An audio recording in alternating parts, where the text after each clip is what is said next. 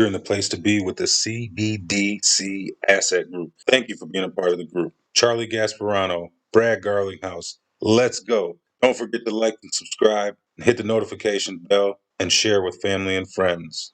It's great to be here. Good to see you, Charlie. You've been here at this conference in the past. I just want to get your feeling. You've been bouncing around. Different vibe this year? Different vibe to some degree, but I think it's actually vibrant. There's a lot of obviously people here. It's one of the first conferences I've been to post-COVID, probably really the only one.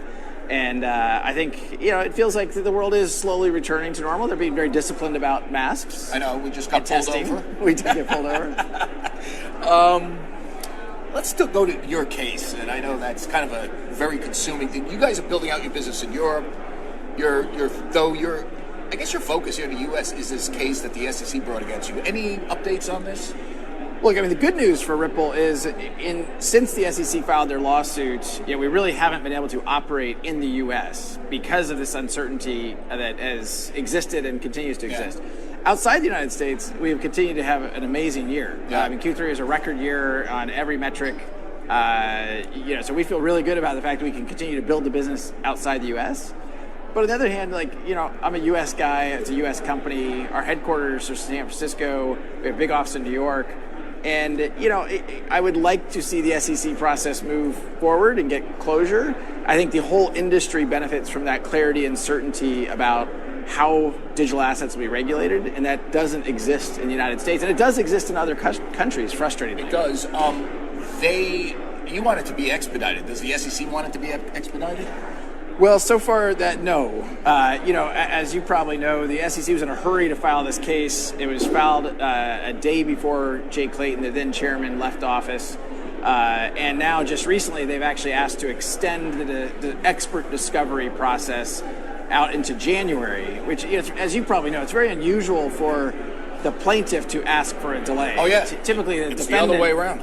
We're the ones kind of pushing because we think it's very clear that this is not a violation of the U.S. securities laws. XRP is not a security, and we think that ultimately that will be proven out in the courts, so we want to get to the judge as quickly as possible. I want to ask you about Jay Clayton, and I've known Jay for a long time. I've always got along with him. I know Gary Gensler. Gary Gensler was an MIT professor before he took Jay's job. But he had some interesting thoughts about Ripple while he was an MIT professor. He thought it was a security. He thought it's exactly what Jay has said, or what the SEC under Clayton and now Gensler is saying. They met a bunch of times before that lawsuit. They met, I think, a day before the lawsuit. It was under the guise, or allegedly for transition team, because Gensler was on the Biden transition team. But they also met in March. What do you make of these meetings? Are they worrisome for you? They're not worrisome. So first of all, one of the things you said, which I think is accurate, but also part of the confusion, is Gensler's on video in 2018 also saying he thought XRP wasn't a security. Oh, interesting. And one of the beautiful things about what's happening in the Twitterverse is people are finding these clips that are actually contradictions to what they might have said, and it gets to the heart of the lack of clarity. If the now chair of the SEC in 2018 was saying two different things, how can we, Ripple, how can I individually know what the SEC might think in the future? So, look, I believe very strongly that we will get to a good place here. I think it's clear that on Capitol Hill, they're paying more attention to this, frankly, partly because of your reporting. And I think that also is good for the whole industry. If we get into somebody, Gensler has also called out, hey, we need more clarity by saying that we need legislation, but he's saying it's clear there's a contradiction there. I think it looks like Capitol Hill is kind of leaning in a little bit now, which is, I think, a very really? So positive. you think there's going to be some movement to maybe set an Uber regulator as opposed to this sort of mishmash of regulation? Or just to write clarifying laws. Oh, interesting. I think you're seeing more senators, more representatives understand that this is a real issue. They're hearing from their constituents this is a real issue. The effort for XRP holders against the SEC now is apparently 45,000 people John here in the United States. The lawyer told me that, 45 exactly. and growing. That is not a small number. No. And when those people start calling their representatives, start calling their senators, they pay attention. You kind of ducked my question, though. Are you a little concerned about those meetings? Look, optics matter. right? And so, do I think some of the optics are a little bit, that's interesting. You know, it's kind of ironic because the SEC obviously, I think in a good way, fights for disclosures. They fight for clarity. Right. But then when we ask the SEC to provide disclosures and clarity, you see these things happening. You're like, wait a minute, shouldn't you know, what were those meetings? What was the substance and why? And look, what we seek more than anything is clarity and certainty. We think the SEC should play by the same rules around disclosures and clarity that we try to. Bill Hinman gave that famous speech where he declared Ethereum I guess a cryptocurrency, no SEC involvement. Bitcoin, obviously. I found out later on that Jay did have some input pre-publication, pre-speech. What do you think of that? Well, I think one of the things the SEC has said is that was Bill Hinman's personal opinion. Right. You know, it's hard to feel like there's a lot of activity that suggests that's much more than one person's individual opinion. Right. When the SEC comes out and they post the speech on their website, when they reference it in other things, it feels like that's more than that. All right. Speaking about optics, Bitcoin ETF. I just got off the phone with Mike Novogratz, crypto investor.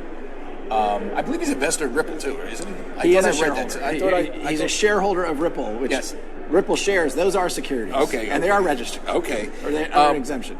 I read that somewhere. That's good to clarify. I asked him about this, and he said it's symbolically, the fact that there is an ETF of Bitcoin, symbolically significant, huge. He used some superlative word.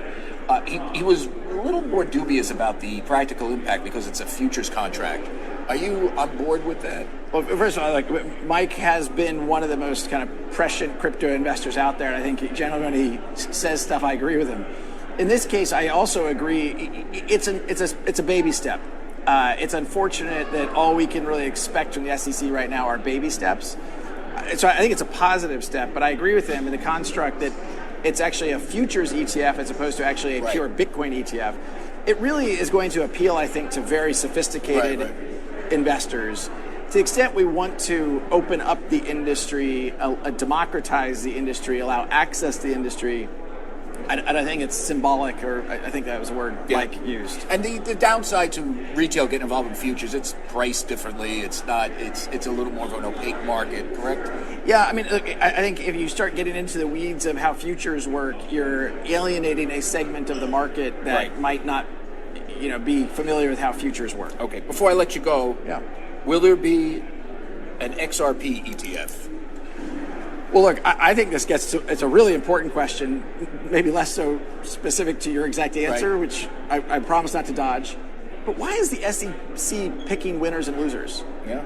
Why is a government entity deciding this is a winning one, which, by the way, happens to have some pros and cons, massive power consumption, which isn't great for a climate agenda that Gary Gensler cares a lot about, but being silent about other things. And then, and one of the challenges right now is Gary Gensler, who has been asked specifically about ETH, hasn't commented. The Ethereum. But if it's so clear, if the laws are so clear and he's asked a specific question, then just answer the question because it's clear. Well, what's interesting is I have this debate with people all the time. They're like, well, the internet is regulated. I said, no, it's not. The internet is not really regulated. You can't post illegal stuff. You can't post kiddie porn. You could post it, but you'll get arrested after you post it. That's where I think, would you agree with this notion that the regulation of not just the cryptos, but it all comes down to your technology on Ripple.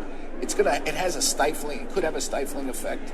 Well, I think it's already had a stifling effect. Right. I mean, here in the United States, it has frozen certainly Ripple's activity in the United States. I think you saw XRP get delisted from most exchange or halted trading of most U.S. exchanges. So I think it has had a stifling effect here in the U.S. Hopefully when we get to the end of this, there'll be certainty and clarity, and frankly, it could be a very positive thing for the XRP ecosystem and community that it's the one crypto where there is clarity and it is certain. Do you see a settlement of your case in the works? Look, I would love to spend less time on this and be able to move forward. The one thing that Ripple cares about more than anything, and really for the whole XRP ecosystem, is that there's clarity going forward that XRP is not a security. if that's not in the cards in a settlement, then there's nothing to settle. I just want everybody to know, viewers, I've asked Gary Gensler to come on. I've asked Bill Hinman to come on.